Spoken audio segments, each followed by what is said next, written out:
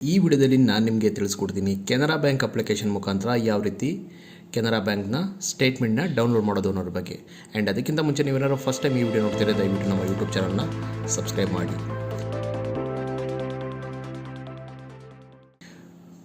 So application click ಮಾಡಿ. First ಇಲ್ಲಿ login using password ಅಂತ ಇದೆ, ಬಯೋಮೆಟ್ರಿಕ್ ಅಂತ ಇದೆ. ಸೊ ಬಯೋಮೆಟ್ರಿಕ್ ನಾನು ಸೆಟ್ ಮಾಡಿದ್ದೀನಿ. ಸೊ ಇಲ್ಲಿ ಕ್ಲಿಕ್ ಮಾಡೋರೆ ಬಯೋಮೆಟ್ರಿಕ್ ಹೇಳುತ್ತೆ.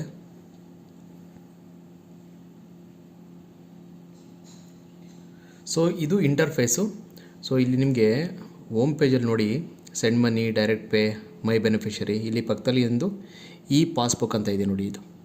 ಸೊ ಇಲ್ಲಿ ಕ್ಲಿಕ್ ಮಾಡಿ. ಸೊ ಇಲ್ಲಿ ಹೇಗೆ ಬರುತ್ತೆ ನೋಡಿ, ಲಾಸ್ಟ್ 10 ಡೇಸ್ ಇದೆ, ಲಾಸ್ಟ್ 1 ಮಂತ್ ಇದೆ, last 3 months, last 6 months, last 1 year. Okay. So ಇಲ್ಲಿ ಇನ್ನೊಂದು ಆಪ್ಷನ್ ಇದೆ, ಕಸ್ಟಮ್ ಡೇಟು, ಸೆಲೆಕ್ಟ್ ಡೇಟು. ನಿಮ್ಗೆ ಎಷ್ಟು ದಿವಸದ್ದು ಡೇಟಾ ಬೇಕು ಅಂತ ಸಹ ಇಲ್ಲಿ ಸೆಲೆಕ್ಟ್ ಮಾಡ್ಕೋಬೋದು. ಇನ್ ಕೇಸ್ ಲಾಸ್ಟ್ 10 ಡೇಟ್ ಬೇಕು ಅಂದರೆ ಇದನ್ನು ಸೆಲೆಕ್ಟ್ ಮಾಡೋದು, ಲಾಸ್ಟ್ ಮಂತು ಅಂತಂದರೆ ಅದನ್ನು ಸೆಲೆಕ್ಟ್ ಮಾಡೋದು. ಕಸ್ಟಮ್ ಡೇಟ್ ಸೆಲೆಕ್ಟ್ ಮಾಡ್ತೀನಿ. ಈಗ ಎಕ್ಸಾಂಪಲ್ ಈಗ ನನಗೀಗ 1ನೇ ತಾರೀಕಿಂದ ಫ್ರಮ್ ಡೇಟ್ ಸೊ ಟಿಲ್ ಡೇಟ್ವರೆಗೂ ಬೇಕು ಅಂತಂದರೆ ಓಕೆ ಮಾಡಿದ್ರೆ ಸಾಕು. ನಮಗೀಗ ನೋಡಿ ಸ್ಟೇಟ್ಮೆಂಟ್ ಬಂದಿದೆ. ಇಲ್ಲಿ ಇನ್ನೊಂದು ಆಪ್ಷನ್ ಇದೆ, ಡೌನ್ಲೋಡ್ ಇದೆ ಆ್ಯಂಡ್ ಶೇರ್ ಇದೆ. ಓಕೆ.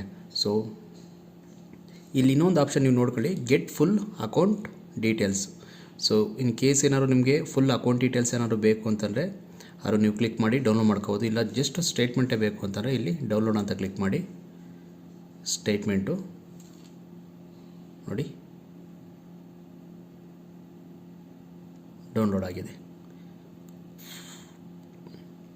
ಸೊ ಈ ರೀತಿಯಾಗಿ ನೀವು ಸ್ಟೇಟ್ಮೆಂಟ್ನ ಡೌನ್ಲೋಡ್ ಮಾಡ್ಕೋಬೋದು ನಿಮ್ಮ ಕೆನರಾ ಬ್ಯಾಂಕ್ನ ಅಪ್ಲಿಕೇಶನ್ ಮುಖಾಂತರ.